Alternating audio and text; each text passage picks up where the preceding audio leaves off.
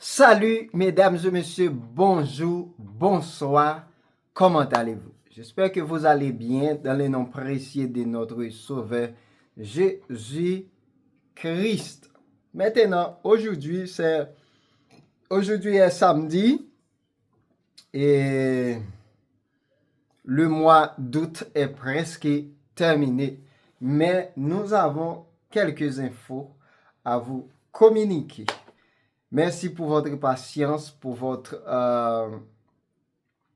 amour indéfectible, infaillible que vous apportez à moi pour m'aider et de toute façon d'avoir une audience acceptable et valorisée sur YouTube.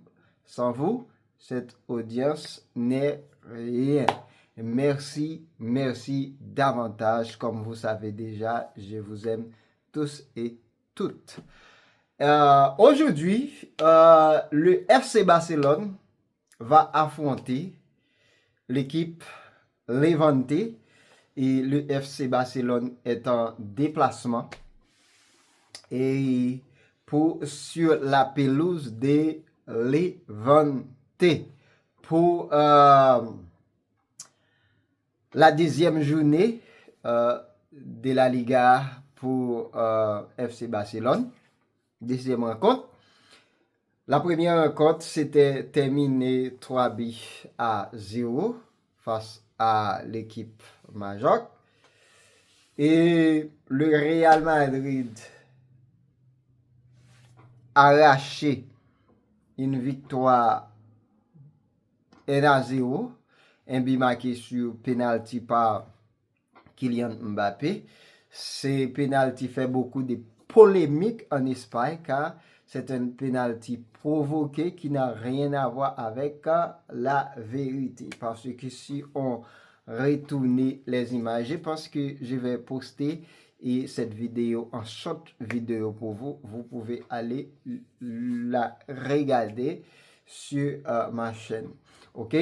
Ces penalty n'étaient pas normal parce que le joueur n'a même pas touché Kylian Mbappé. C'est vrai, l'action a été commise dans la surface, mais cependant, les joueurs n'ont rien fait du mal face à Kylian Mbappé, mais plutôt c'est Kylian Mbappé qui est puisé les joueurs avec son crampon, comme c'est le Real Madrid. Penalty, un but marqué par Kylian Mbappé, qui est actuellement le numéro 10 du Real Madrid et le patron du club. Pourquoi j'ai dit ça? C'est parce que avant c'était Vinicius Junior, le tireur numéro 1 de penalty, mais aujourd'hui c'est bien Kylian Mbappé qui est le maître de l'équipe. Ok? Trois joueurs que nous pouvons y faire un petit étalage, comme nous avons déjà évoqué le dossier de Kylian Mbappé. Maintenant, c'est Ousmane Dembélé. Ousmane Dembélé qui a failli démarquer un but sur penalty, un penalty raté et qui devait aider le Paris Saint-Germain à remporter la victoire plus large. Mais quand bien même, c'était normal. Le Paris Saint-Germain incline un but à 0. Et un but marqué par, n'est-ce pas, Fabien Ruiz. Revenons-nous en Espagne et nous allons faire un petit coup de jeu en Amérique. Le FC Barcelone, aujourd'hui, comme je l'avais dit tout à l'heure, va affronter Levante sur la pelouse de Levante. Le numéro 10 du Barça a déjà fait son boulot. Il marque et il offre des passes décisives. C'est bien Lamine Yamal. Le but de Lamine Yamal qui était MVP, l'homme du match. Et du côté de Real Madrid, c'était Kylian Mbappé. et Lamine Yamal, c'était tout à fait mérité, bien qu'il n'avait pas marqué plusieurs buts, mais un seul but est délivré des passes décisives. À la fin, c'était à la 90e minute plus 4. Et j'imagine, ouais, c'est bien. Je me rappelle que c'était 4 minutes du temps additionnel. Et durant cette rencontre après, et la fin de ces 90 minutes jouées. Et la mini Yamal, c'était formidable et impressionnant et de voir Lamine Yamal marquer un but comme ça. Il a reçu le ballon et feinté la défense, ouvert et marqué le but. Vraiment, vraiment spectaculaire. De l'autre côté, avant même de passer en Amérique pour voir quelque chose au sein de la sélection brésilienne, et Donnarumma, le gardien du Paris Saint-Germain, fait ses adieux au club. Ouais, c'est déjà fait ses adieux au club et il va jouer ailleurs et c'est une autre aventure pour lui dans sa carrière et dans sa carrière professionnelle. Du côté du Brésil, Brésil a 2 matchs des qualifications de la Coupe du Monde 2026. Eh bien, et le Brésil n'a pas encore officiellement présenté la liste des joueurs appelés par Carlo Ancelotti, comme nous connaissons bien que Carlo Ancelotti c'est le nouveau coach de la sélection brésilienne. Eh bien, Carlo Ancelotti n'a pas encore présenté la liste officielle des joueurs convoqués pour ces 2 derniers matchs, mais cependant, nous avons des prévisions que pour Neymar, le cas de Neymar n'est pas encore à 100%.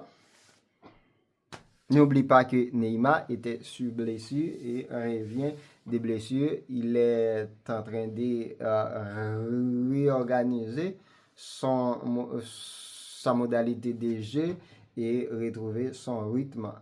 Mais aussi pour Eder Militao qui était dans la tristesse, une longue blessure au genou, eh bien, revient.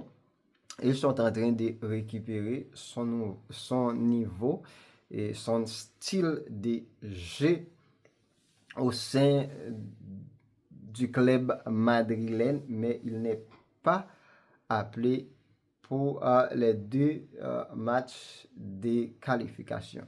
Mais l'autre surprise, boum, c'est le cas de Rodrigo et Vinicius Junior. Vinicius Junior n'est pas appelé pour ces 2 matchs. C'est un match contre Chili, l'autre contre la Bolivie. N'oublie pas que la Bolivie, le terrain n'est pas trop bon. C'est un terrain football mal placé. Et bon, le cas de Vinicius Junior, c'est tout à fait spécial. Vinicius Junior, après la nomination pour le Ballon d'Or 2023-2024, Vinicius Junior est l'arrivée de Kylian Mbappé au sein du club. Vinicius Junior est complètement baissé de son niveau footballistique, de son jeu. Renouvellement des contrats pour Vinicius Junior n'est pas encore conclu, car l'objectif, la vision, l'exigence de Vinicius Junior, c'est d'avoir une révalorisation de son salaire qui est actuellement touché 17 millions d'euros net. Ce n'est pas bruit, mais net parce que c'est après toutes les taxes payées. Eh bien, sur son compte, il a reçu 17 millions d'euros. Rodrigo est sur le banc. Et Rodrigo va continuer à souffrir sur le banc à cause de Mascherano.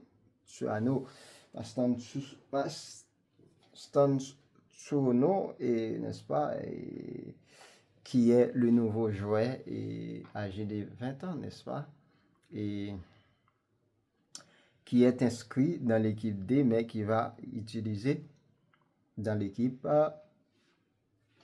et première.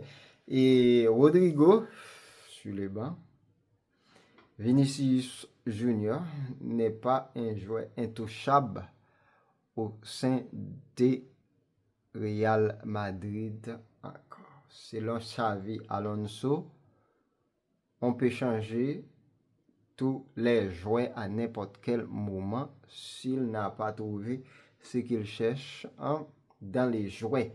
Alors, nous ne savons pas ce qui se passe à l'intérieur de Vinicius Junior, mais un joueur qui nous avions tout donné durant des saisons au Real Madrid est complètement baissé, ralenti. Et tout le monde pose la question, qu'est-ce qui se passe? Qu'est-ce qu'il traverse? Parce que la performance de Vinicius Junior n'est pas bon. Tito. Regardez bien. Après la Coupe du Monde des clubs, regardez la première journée de la Liga. C'est catastrophique. Alors, on se pose la question, qu'est-ce qui se passe? Et chez lui, qu'est-ce qui ne va pas? Alors, on attend de voir qu'est-ce qui va se passer. Vinicius Junior n'est pas appelé parce que sa performance ne mérite pas d'être appelée au sein de la sélection. Et Brésil va faire choix de d'autres joueurs comme Stavron et le Brésilien João Pedro, qui est le chouchou de Chelsea, va appeler par Carlo Ancelotti et tant d'autres joueurs. Hendrick n'est pas appelé. Bon, Hendrick, c'est un autre cas qui est complètement beaucoup plus complexe. Et l'objectif du Real Madrid, c'était de vendre Rodrigo et prêter Hendrick à un autre club. Mais cependant, pour Hendrick, Rodrigo, ils n'ont pas manifesté le sentiment de laisser le club. Pour cette raison, ils étaient complètement défavorables à la décision du club d'aller jouer dans une autre position. Et c'est pour cette raison qu'ils ont toujours conservé, mais ils savent bien qu'il va rester sur les bancs. OK?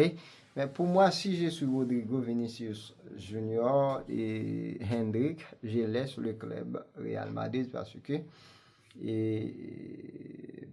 maintenant, le Real Madrid ne voit pas ce qu'il cherche en ses joueurs actuellement. Alors, c'était toutes ces informations que j'ai eues, que je viens de partager avec vous. Merci pour votre présence, pour votre participation. Merci à tous ceux qui vont regarder cette vidéo. Et n'oubliez pas de les partager. J'aime abonner. Merci. Je vous aime tous. Bon week-end. Que Dieu vous bénisse. Que Dieu vous protège. N'oubliez pas, si vous êtes en train de conduire, ne bois pas de l'alcool pour vous perturber. Que Dieu vous bénisse, que Dieu vous protège. Bye bye. Parlons du foot.